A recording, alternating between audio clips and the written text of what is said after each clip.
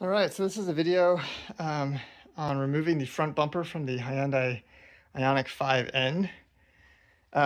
Appears to be basically the same procedure as for the regular 5, but I couldn't find too many videos about this procedure and none for the N, so I figured I'd share.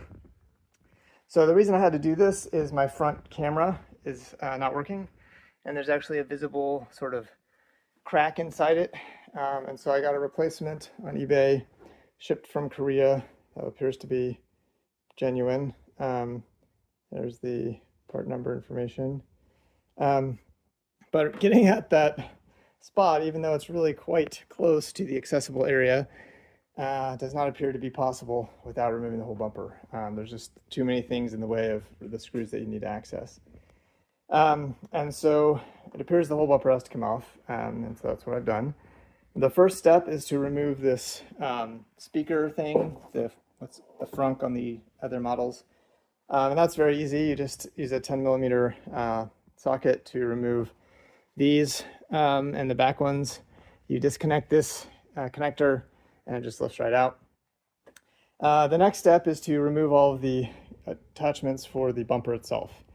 And this involves removing the 10mm bolts that are here. There's another 10mm here on either side. There's one down in here. And then there's a bunch of these little plastic tab things that you can remove with a flathead screwdriver.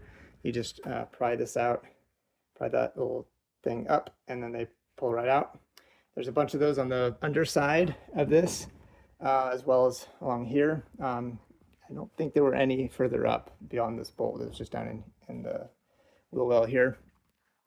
So you remove all those, and then it's a frightening process of just pulling stuff until it dislodges. So the first thing you need to remove or pull out is this fender thing, which has these clips. And so what worked for me is to just pull from under here and just give it kind of a gentle, forceful pull from a couple points. And you need to get at least these three removed because it engages with these holes. So you need to get these three out. And also, as you're pulling on this, make sure that this is far enough out that it's not still engaged, because that'll keep you from pulling the bumper off. Same deal on the other side. And then you really just have to kind of have faith that you're not going to break the thing, and just kind of forcefully, but in as kind of a distributed fashion as possible, grab what you can. For this model, holding onto these kind of vent things down here was good.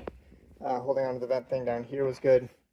Basically, you just want to pull it straight off, straight toward you, not pry it up or anything, just pull it straight out.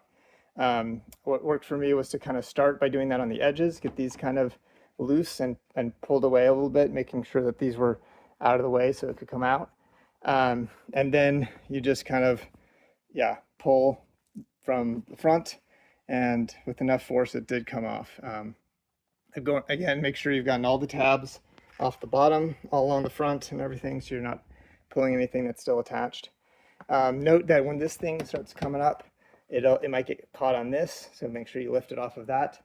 And then the final thing is there is this one sensor connection here, this guy, and for this, there's this kind of levered clip deal that starts off, can't do it with one hand, but this part starts off kind of folded up. You can tell by this little rail here that it's going to slide, and so you just kind of forcefully push this with your thumbs, flip it off, and then you kind of work this off of this. So yeah, not terribly difficult. Just got to be careful that you don't actually tear any plastic bits. And so that's the bumper removal portion.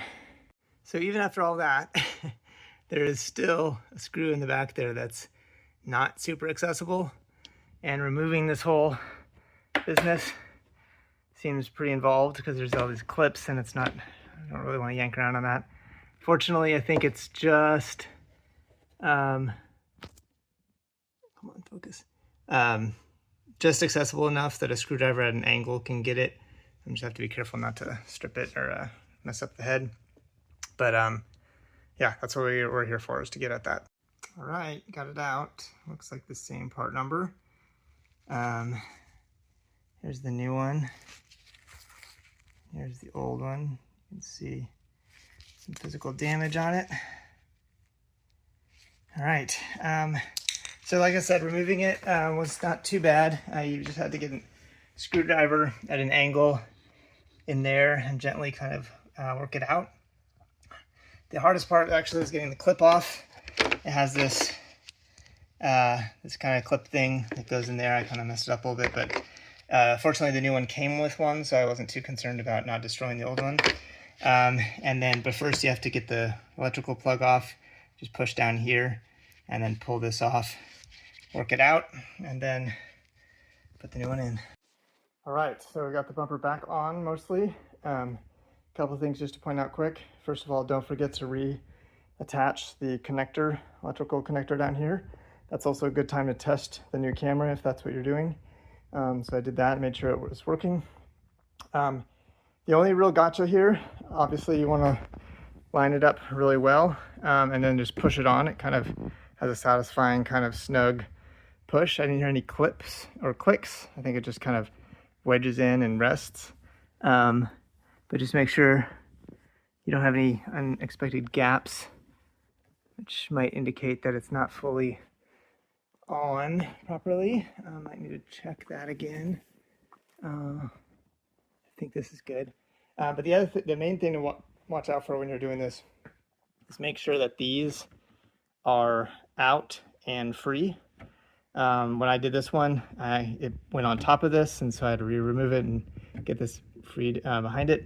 And then on this other one, it was open, but as I pushed in, it bent this tab. And so now this tab is kind of weakened. I think it's okay because I've got these two, but just be aware as you're sliding it on, make sure you're not damaging any of that. And then yeah, before you start clipping anything on, just make sure you're satisfied that everything looks good.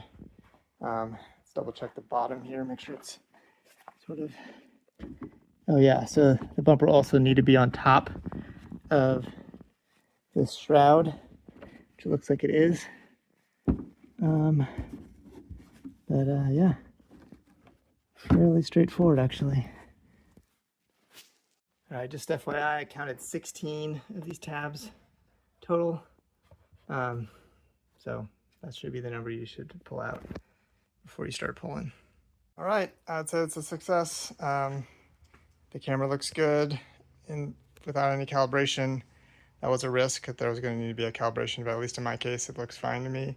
Honestly, I'm not sure what they would calibrate. There's really not anything to adjust on the camera, so I don't really know what calibration involves, but at least as far as I can tell, it's working. The top-down view looks right, and I think I saved probably, I don't know, $800 by doing that, so not terrible. Just got to get over your fear of yanking on plastic parts of your car.